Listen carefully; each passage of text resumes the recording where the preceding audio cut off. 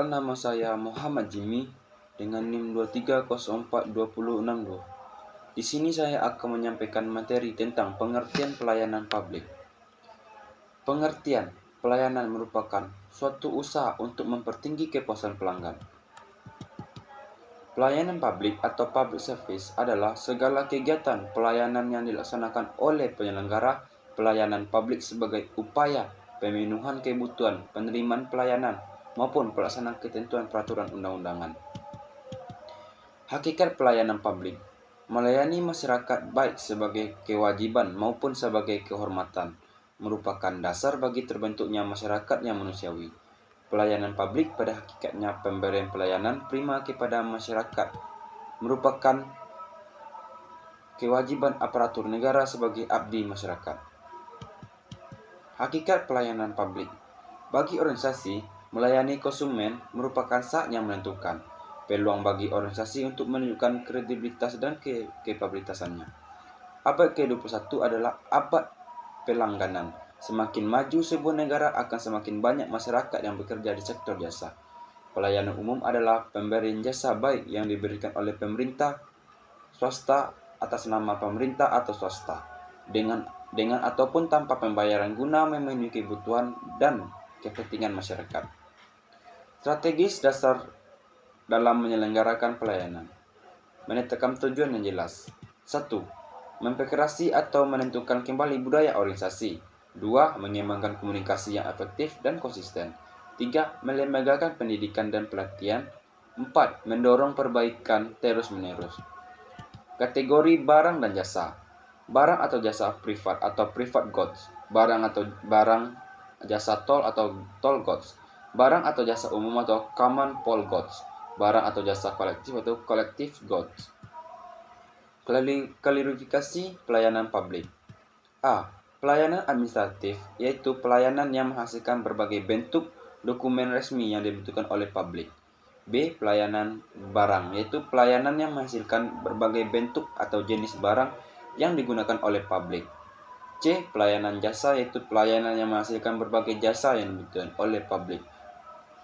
Dan pelayanan regulatif, yaitu pelayanan melalui penegakan hukum dan peraturan undang-undang maupun kebijakan publik yang mengatur sendi-sendi kehidupan masyarakat. Prinsip-prinsip pelayanan publik, di mana memiliki beberapa poin, yaitu kesederhanaan, kejelasan, kepastian waktu, akurasi, keamanan, tanggung jawab, kelengkapan sarana dan prasarana, kemudahan akses, kedisiplinan, kesopanan, keramahan, dan kenyamanan. Di sini juga pelayanan publik dalam aspek sumber daya manusia atau peratur.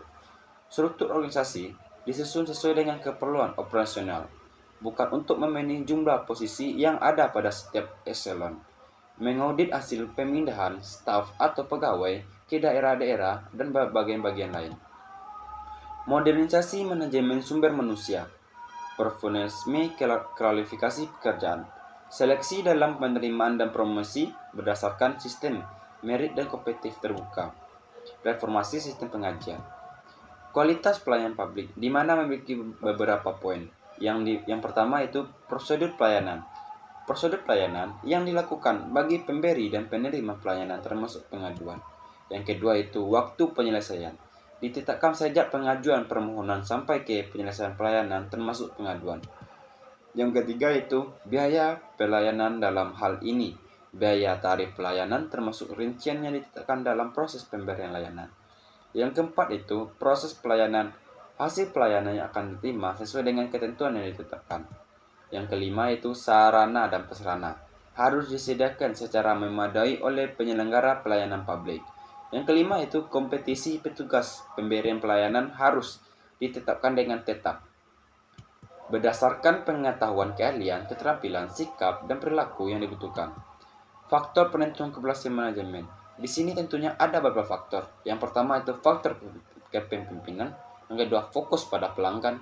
Yang ketiga itu pengelolaan pengaduan, pemberdayaan pegawai, pengelolaan perubahan. Survei qual salah satu cara mengukur kinerja pelayanan atau parasuraman, indeks kepuasan pelayanan. Karakteristik organisasi pelayanan prima. Setiap anggota atau pegawai memahami tujuan organisasi dan mengerti peran masing-masing dalam proses operasional organisasi.